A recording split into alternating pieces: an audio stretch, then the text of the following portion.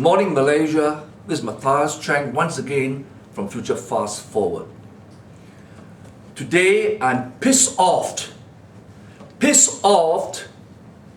by the leaders across the entire political divide, in particular MPs, Member of Parliament, from across the entire political divide, who has debated recently on the 1MDB issue and the so-called debts taken over by the government by the Minister of Finance, etc., etc. Yet, this charade, this wayang kulit, can take place more so after my last address, when I've established beyond all reasonable doubt, in fact, beyond all doubts, that Bank Negara, with the consent of the Director General, has imposed a fine, and the fine was paid by 1MDB. Thereby, criminality has been established. You scumbag Member of Parliaments from across the political divide. Why are you still beating around the bush when you should be focused on the criminality established beyond all doubt? To all the riot in Malaysia, I urge you, after this address, you photocopy what the documents I will show to you. You go and hound the MPs in their office, hold them by their shoulders and demand why they have failed to explain to you in Parliament or in press conference what I disclose to you now and my previous address. I give you an example. Why there are so much lies, propaganda, fake news, and diversion. All of us have, one time or another, received a traffic summons, non-payment of quit rent, assessment, what have you. Alright? You receive a notice to pay a compound. It'll be 100 ringgit or 300 ringgit by a certain date, failing which a notice is then sent out to you to go to court for a hearing or trial of that offence. And most of us, having committed the traffic offence or whatever, would go to the police station and pay the compound. Question 1. If you're not guilty of the offence, whatever the offence is, and you're asked to pay the compound, would you pay the compound if you're innocent of the offence? Question 1. Because then you would challenge how the compound was issued to you, why it was issued to you when you have not committed any crime. But once you paid the compound, the fine, no matter what's the amount, would you agree that you have agreed that you committed the offence? That's why you pay the fine or the compound. Alright? If you have not committed the offence, you would challenge the finding of the police or whichever authority that issued the fine. Am I right? Simple as that. You pay the fine, you have therefore pleaded guilty to avoid a prosecution in court. Right? In court, you have what we call a conviction after a trial, and you're proven guilty. That's a conviction, and the court may impose a fine or imprisonment that's allowed by law. Some law says you pay a fine only. Some law says you pay a fine plus imprisonment only. Some offences says you pay the fine or imprisonment or both. So there's a discretion by the court or by an authority to impose a fine without going to court for conviction and thereby asking the court to impose imprisonment. Because only a court can impose imprisonment. Okay? So most of you would have paid a fine. Why? To avoid imprisonment. That doesn't mean you're not guilty of the offence. There is the option to pay the fine or fight in court. If you lose it, you go to prison. Therefore, the court, the authority, has the option. And you're given the option. Alright? So once you pay a fine, I don't care who you are, what you are, where you are, you are guilty of the offence. Simple as that, okay? Now, I'm going to repeat once more this simple issue. Only an idiot and only members of parliament so far across the political divide, UMNO, MCA, Gerakan, MIC, PKR, DAP, Amanah, PAS, all these parties have been beating around the bush. There's no excuse. After I have openly declared offence has been proven, guilt has been established, and penalty imposed and paid for. I'm so angry is because there's enough, right? When could it? I've been arrested and charged and imprisoned as a terrorist under SOSMA. Allegedly, under Section 124L of the Penal Code of attempting to sabotage a banking and financial institution in Malaysia. When this is before your eyes, before you in Parliament, before PAC, and the scumbag traitor, Tan Seng Kiao, sue me if you dare. When you in your report says there's no criminality, after I disclosed the press statement of Bank Negara Zati, you have not even come out of your red hole to rectify your error and your statement and give the truth to the people. You are a scumbag, no different from the criminals. I'll take all of you on, one against the whole world, because the truth must be established and surfaced. You will recall, on 3rd June 2015, this is the press statement which I referred to in my last address. Google and download this press statement from Bank Negara. Okay? Take a handphone, ever ready to photograph the documents as and when I produce them. Okay, very simple. It says here, this press statement was issued in 2015 to provide clarity on the role of the central bank with respect to any resident entity, including 1MDB that makes investment abroad or obtains offshore borrowings under Section 214 of the Financial Services Act 213 and under the Exchange Control Act 1953 that was enforced prior to 2013. All investments that exceed 50 million per calendar year and any offshore borrowings that exceed 100 million by resident entities require the central bank's approval. And all submissions that were made by 1MDB have had to comply with the same approval criteria that's applied to submissions by other business entities. If the criteria is not met, the submission will be rejected. No leniency, the word is no leniency or special exceptions were accorded to 1MDB. Hear that, you scumbag members of parliament across the political divide? And then it says there are 3 grounds for approval to be rejected or if given, revoked. When monies for which approvals are given are not used for the purpose indicated in the submission, when incorrect or false information are provided in the submission, and failure to comply with the conditions in the approval. And the penalty for the contravening of Section 214 of the Financial Services Act and transactions listed in the 4th schedule governed by Section 214 means a fine of up to 15 million or up to 10 years imprisonment or both. Okay. This is in 215. And then, as in my previous address, I refer to you the press statement again of Bank Negara, 216, 28 April 216. Google it, handphone, photograph it now, and spread my WhatsApp, Twitter to everyone in the country. Okay? Now I refer to you.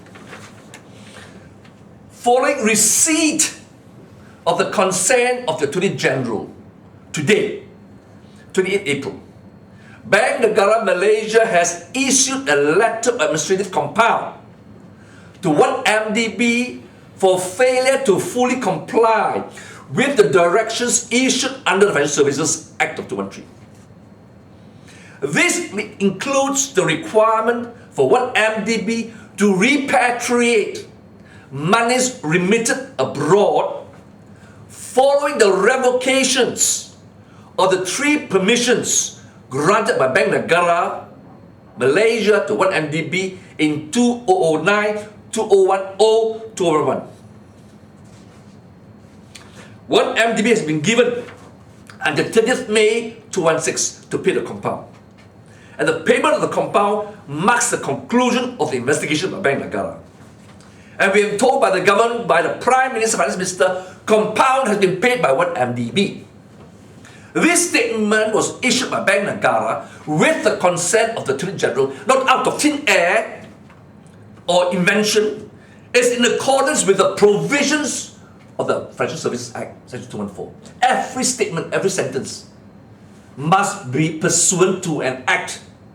Okay? Now, let me tell you. Okay? Get your phone ready now. Please get your phone ready. Because at the end of my video address, I want you to WhatsApp to everybody and put to shame every member of parliament. Across the political divide, no exception. Because you have been misled.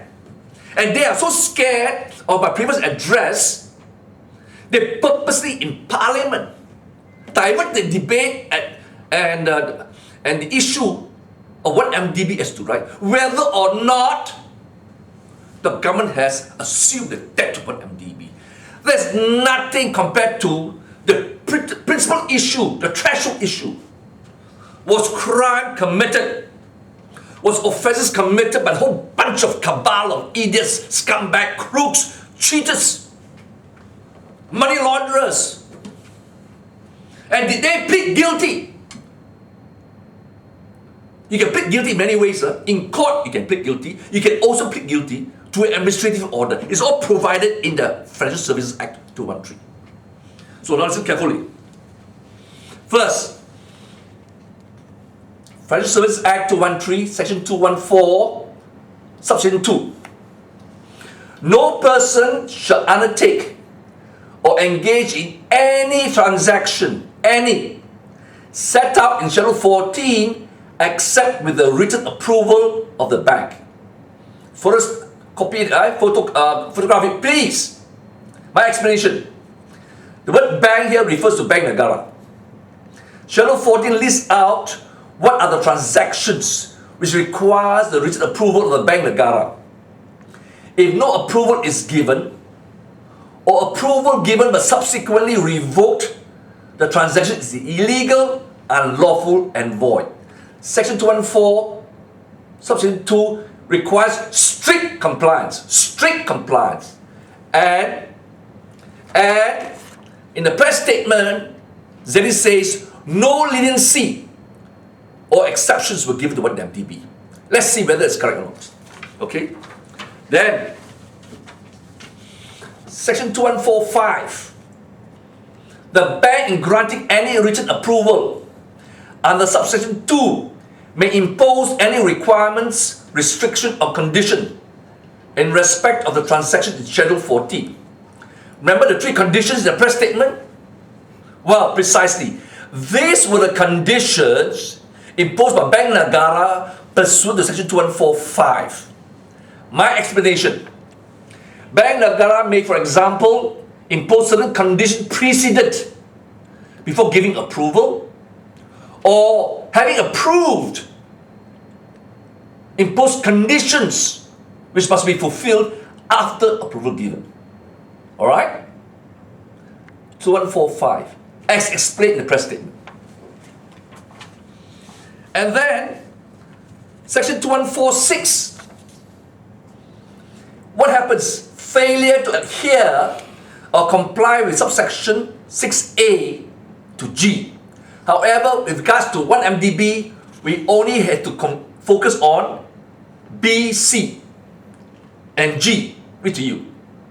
The bank may issue directions to B, require any person, those idiots of one MDB, plus the Prime Minister and Minister of Finance, to submit any document or information to the bank or any person as may be specified by the bank. C. Require any payment to be made into a designated account or direct the use of such funds in the designated account as may be specified by the bank. G. Require any person to do or refrain from doing any act for the purpose of securing compliance with this section. Okay? This again has been referred to in the press statement. And then, section 2147. Any written approval granted under subsection 2 and any direction issued under subsection 6, which I just referred to you, shall apply to such persons, classes, categories, or descriptions of persons as may be specified by the bank in that written approval and directions, as the case may be. My explanation. The person's name in the approval or direction shall be the person responsible for the due compliance and it follows liable for any non-compliance. It means if Negara says, I approve it subject to certain conditions and directions, and you, in one MDB, whoever they may be, must be responsible. If they fail to comply or contravene, these people will be liable. Whether small fries or big fries, small fish or big fish. Alright? We go to that later. Okay?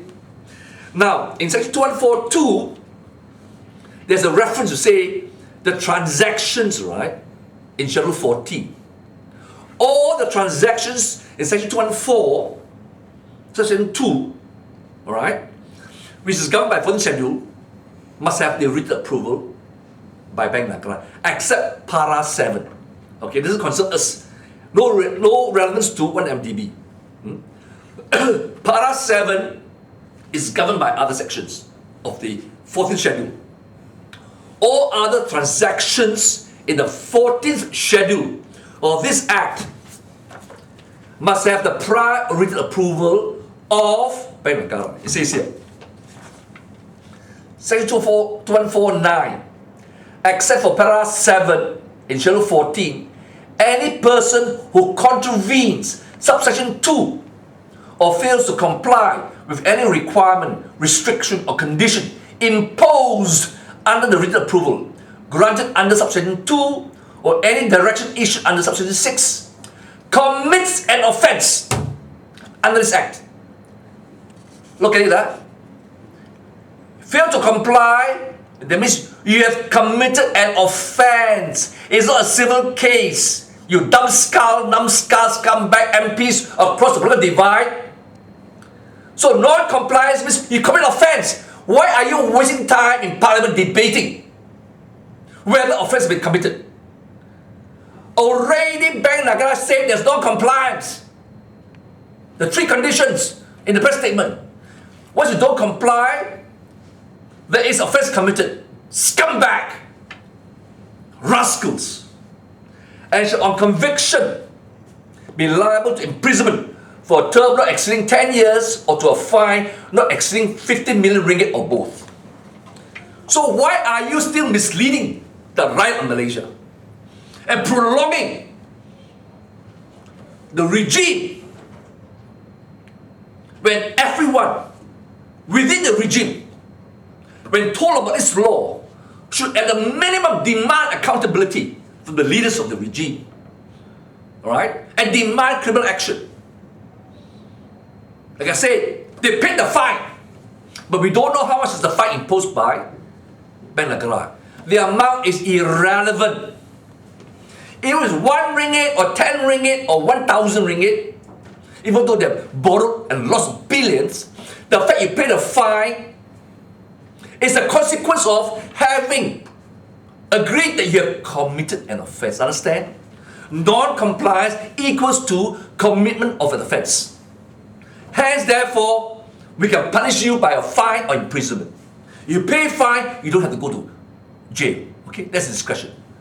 So what is there to argue anymore, you scumbags, MPs?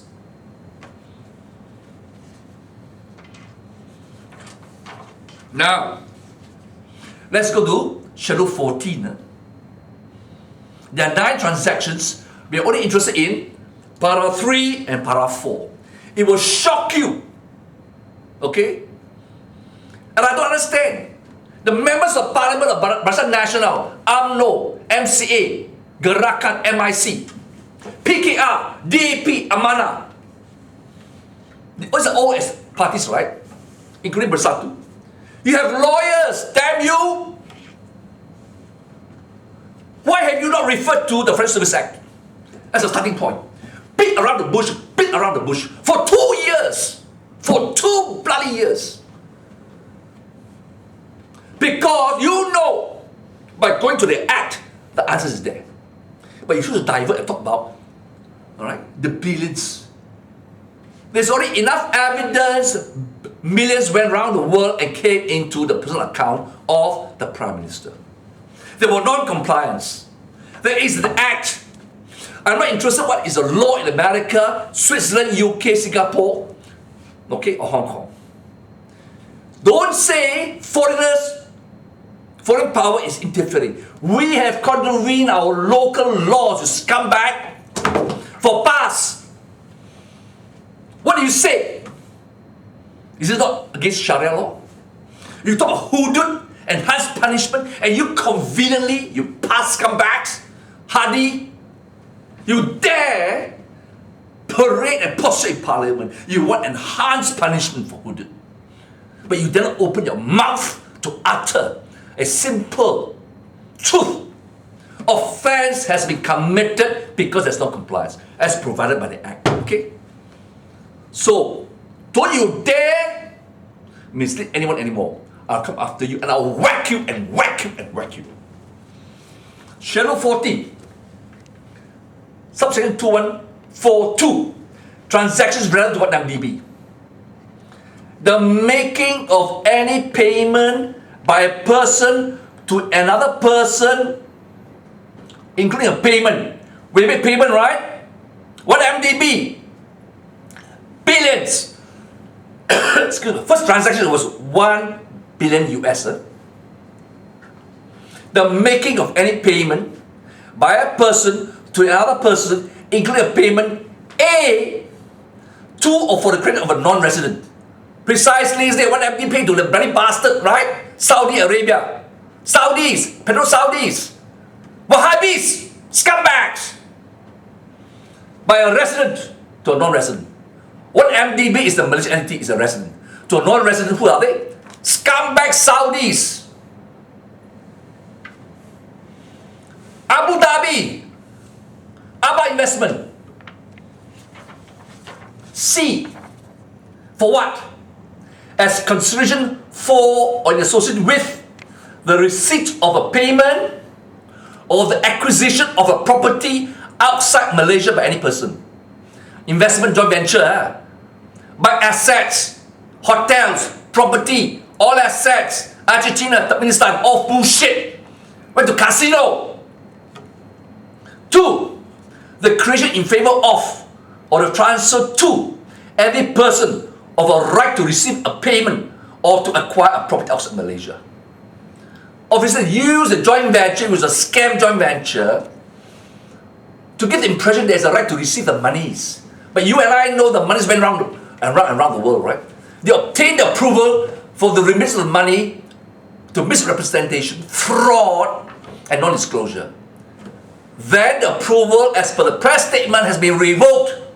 Approvals of 209 transactions, 210, 211. Look at this. Subparagraph C. D. Doesn't apply. There's no judgment yet. E. For a settlement of property in favor of a non-resident or resident outside Malaysia. Jolo is a resident outside Malaysia, isn't it? Non-resident, the bloody Arabs. Then, other than, if it's a payment in ringgit between residents and in Malaysia, doesn't apply. 214. Payment in foreign currency between non-residents outside Malaysia. Makna, between foreigners, right? Outside Malaysia. 214. 2 does apply.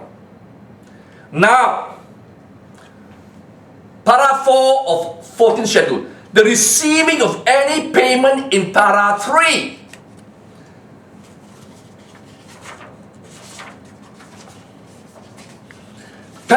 3 talks about payment by Malaysians, individuals, entities, company to non-resident, to the scumbag Wahhabi Saudis. Okay? Para 4 refers to vice versa. The receipt of payment in para 3. I send up money overseas. That's para 3.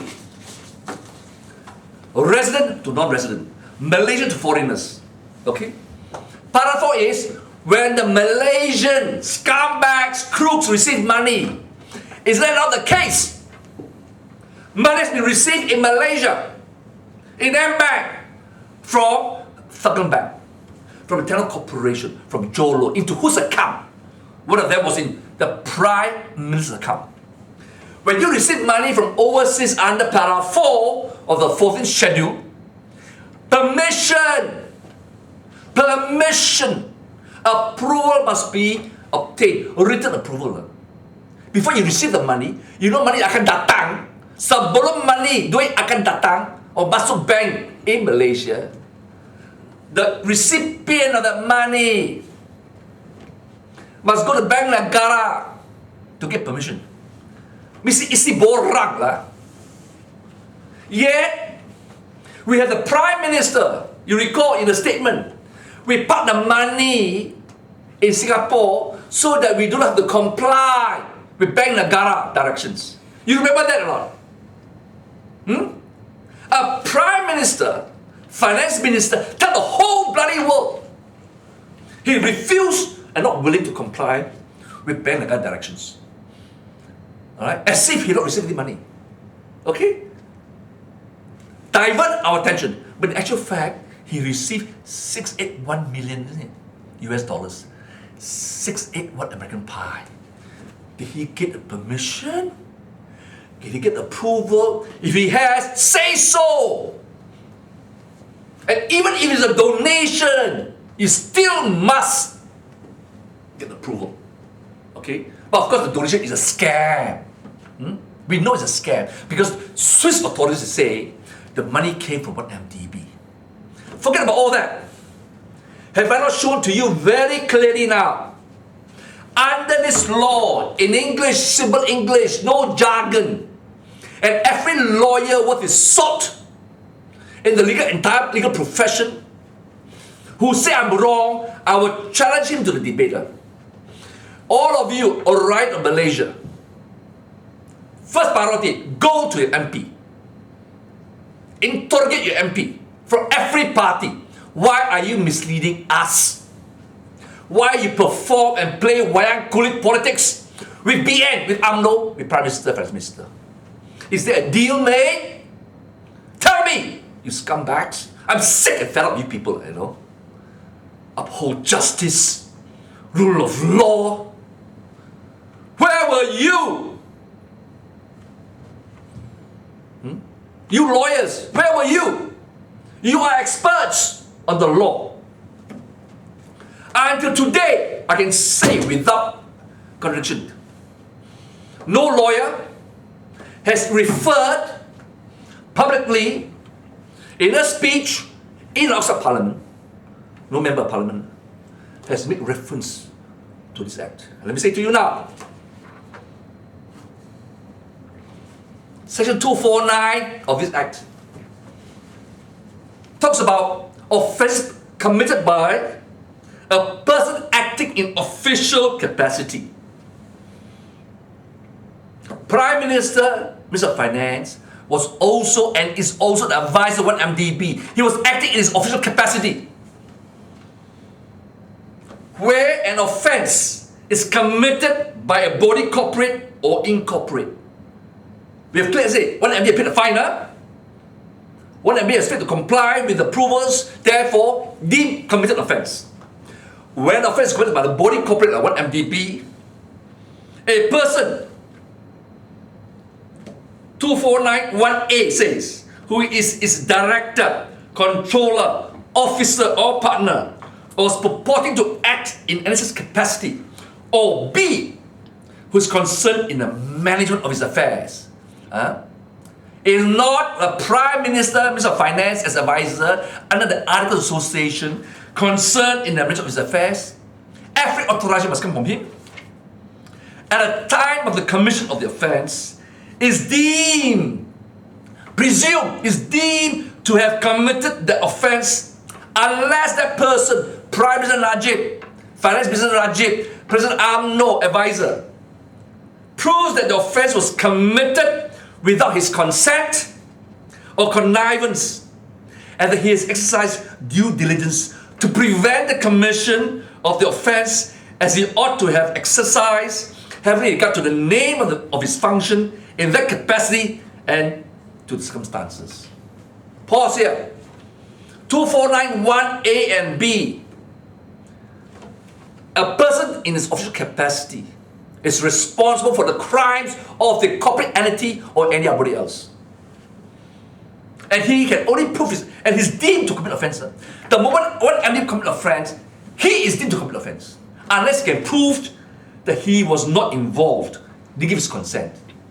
Every loan must be approved by him, every transaction. Never mind. You know what he said so far? I did not benefit personally from the money. It doesn't matter whether you have benefited personally, right? That's because to the donation. There were other monies from SRC, okay? You were partaking in the criminality, in the money laundering, in applying for approvals of Bank Negara. Okay? Because Bank Negara answers to you, Finance Minister, in the hierarchy, the other structure of Minister of Finance. Have you proven? All these years in Parliament, all you can say is, I did not benefit personally the monies. First you say, I spent for election.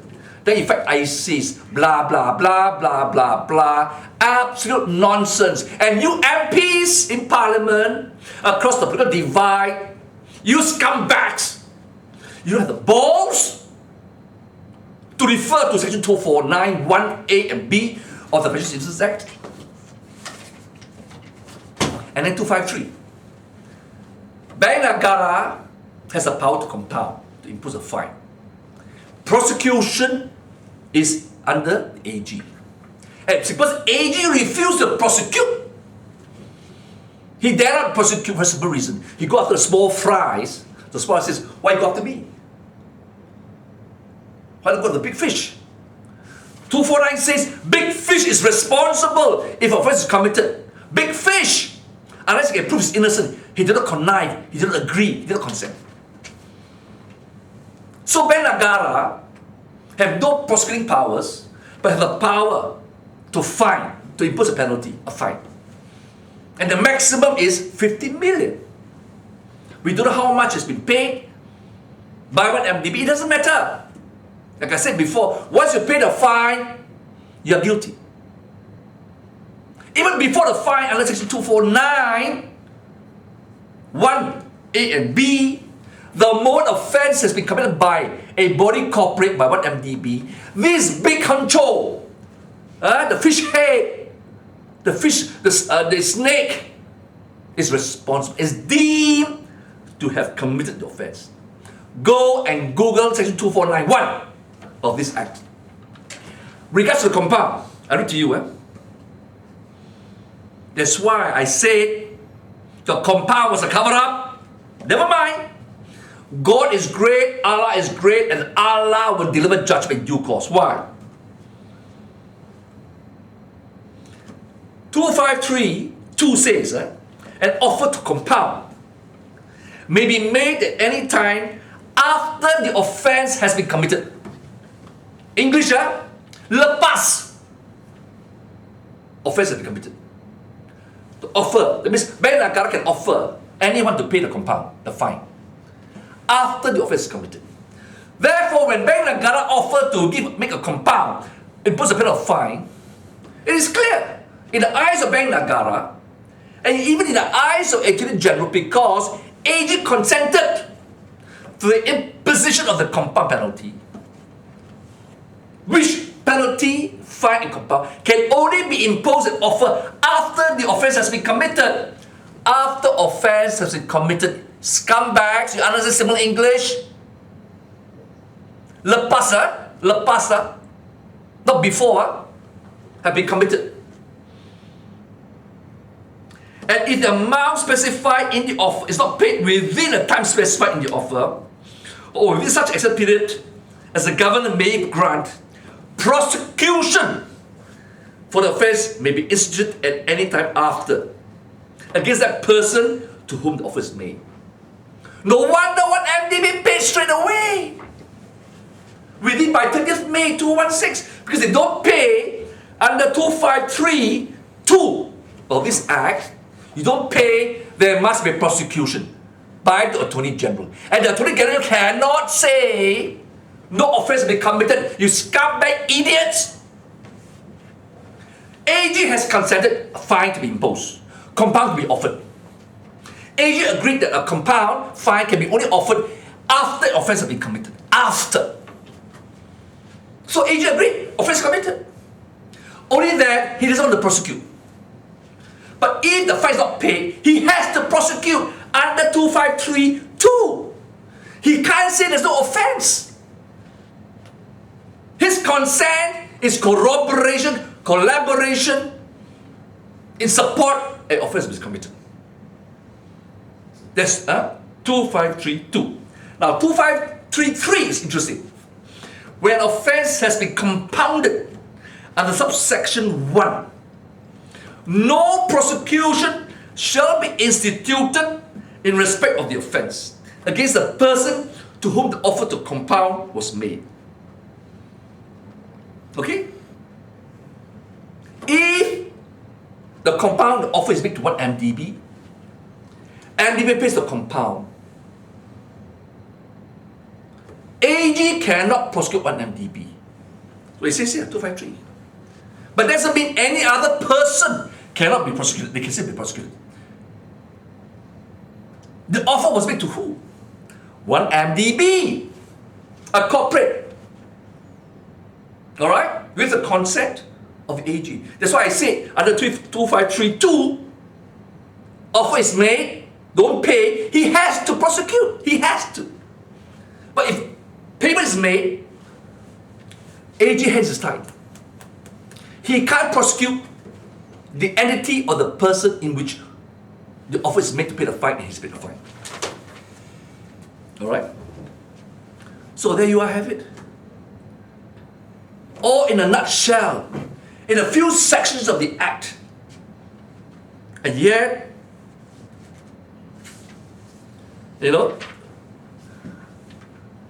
so, under 2491, head honcho is responsible. Let's bear in mind 2491 of the Act. If what MDB has paid the offence, the penalty, no matter how much, that is not an estoppel or a prevention from AG to continue prosecuting. Because under 253, 2, offence has been committed. The only issue is whether we want to go after that person. Okay? Here in this case, the Prime Minister, the Finance Minister, the Board of Directors, Casey Tang, Jasmine Lu, Joe Low, no Interpol, no red alert, but go after Claire Brown for writing articles exposing the criminality, the money laundering, exposing the crooks, the cabal. Can you imagine how insidious the hypocrisy? Now do you understand why today I'm in this mood, this fighting mood? Because I want to make sure that each one of you will not fall prey to any more diversion. Go to your MPs, go to your lawyers, and demand justice and truth. Otherwise, whack them. This is so critical to our country. If the MPs, I don't care where they are, from where they are, AMNO, MIC, MCA Gerakan, PKR, DAP, Amanah Bersatu. If they don't come forward to explain what I said to you and demand prosecution and demand the resignation of the Prime Minister, because by law he's deemed to commit an offence. He's not fit to stand for the next election, or even now must resign as an MP. He's not fit to even be the Prime Minister. What are we wasting our time for? To what extent do you want this country to go to the dogs, you scumbags? You are the leaders of the country. You put yourself as responsible. You fight for justice, for the common man. Funny, huh? None of you have been arrested in exposing one MDB. Oh yes, you may be charged for some other offences, sedition, what have you. Is that a trade-off? When it's so clear-cut the law. Tan Seng Kiao says there's no criminality. Hey, where do you bury your head? In your asshole? Do you refer to 214? Section 214 of this act? You ought to, isn't it? Because you know, monies were sent out, request Bank Negara. What do? You come with a stupid report, you posture in the interview. Ini satu isu modal yang salah, yang betul. You're a scumbag lah, you. And I hope your party sacks you, DAP. Sorry to say, I don't give a shit. If DAP doesn't sack you, I'm saying to you, to the whole country, I'm sick that DAP is a hypocrite. If PKR don't demand DAP sack Tan Seng Kiao, PKR is a hypocrite. If Amanah don't demand Tan Seng Kiao sack for the cover-up, the diversion, hypocrite. Likewise Bersatu. And of course, you don't expect UMNO, MCA, Gerakan, MIC. They're forgone. Write off! Don't vote for them. Maybe this country needs a cleansing fire to burn by God's wrath and Allah's punishment. But to all of you, I will conclude now. It's like we say every day, on your knees we pray to Allah and tell Him we surrender to His will completely with absolute faith that He will protect us, defend us and guide us under all circumstances, in the face of all enemies and adversities. We will prevail. Allah will protect us. Don't worry. Because if all these people, these so-called leaders, MPs, don't do their duty, tell bullshit, give press conference after parliament and say, da da da da da da, not one word on 214, section 214 of this act, then what are they doing? Intellectual masturbation. Intellectual masturbation, scumbags, stop it! Or I'll name each and one of you, and I will go throughout the country and demand you don't even stand for election because you're not fit, because you don't have the balls and the guts to expose the truth. With that, I thank you for your attention. Please circulate the documents you have photographed in your handphone. May you have a good day. Once again, God bless.